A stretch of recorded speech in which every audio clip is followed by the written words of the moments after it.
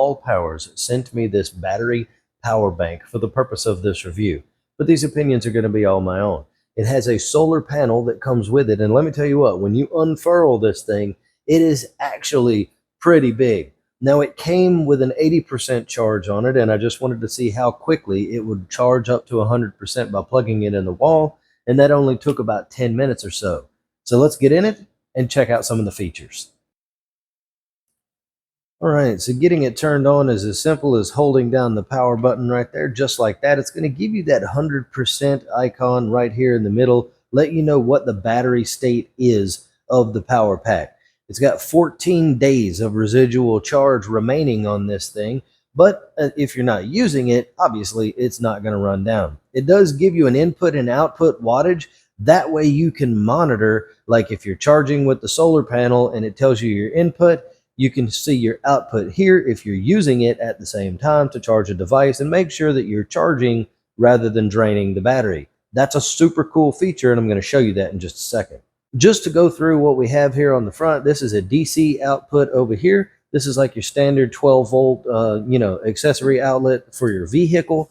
Over here, we got a couple of USB-A's and a couple of USB-C's. So you're going to be able to charge just about any digital device with this side over here. You press and hold this button 3 seconds to turn on the Bluetooth, which this actually has.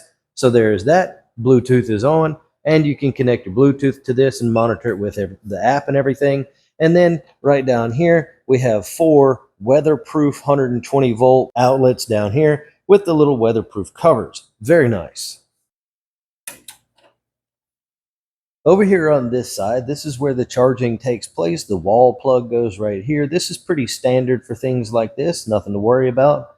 This is where you're going to connect the solar panel charger to, and this is a breaker just in case you overload the AC power of this device. It'll pop that breaker instead of damage the device. You would simply just unplug a few things, push that breaker back in, and it will reset, power it back on, and you're ready to go.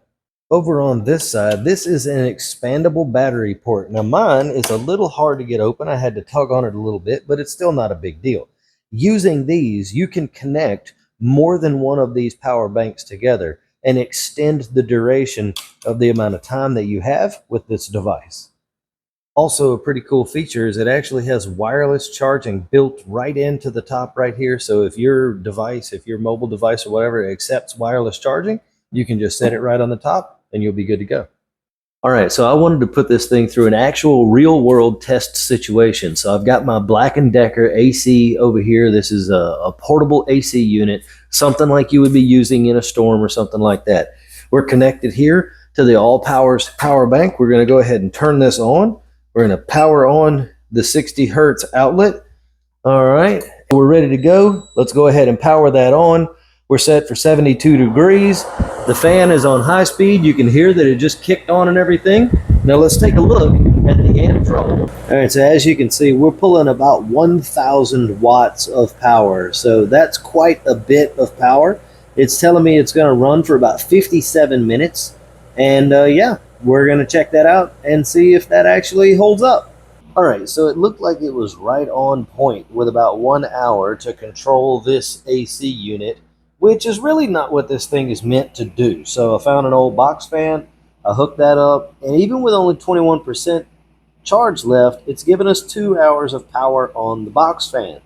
But what I really wanted to see, I wanted to run this battery down so that we could hook up the solar panel and see what the charge rate looks like. So let's do that.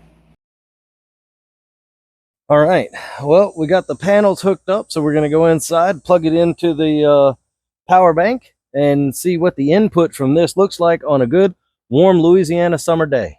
All right, so it's still got the box fan running right over there. It's on low power right now, which was going to give us about 3 hours left at the 21%.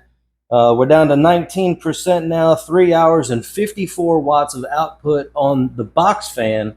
So now I'm going to plug in the solar panels and let's see how much input we get from those. So let's do that. This only goes one way. We'll plug that in and give it just a second to start doing its thing. And let's see what happens. All right, it's reading the charge right now to see what we've got. It's still going up. We're at 110, 111 watts of input from the solar panels outside right now. Okay, so it looks like it's settled on about 112 watts of input from the panels, and the fan is only running at 54 watts, which a little bit of math is going to tell you that we could run that fan all day long using this system as long as the sun's out the way that it is now.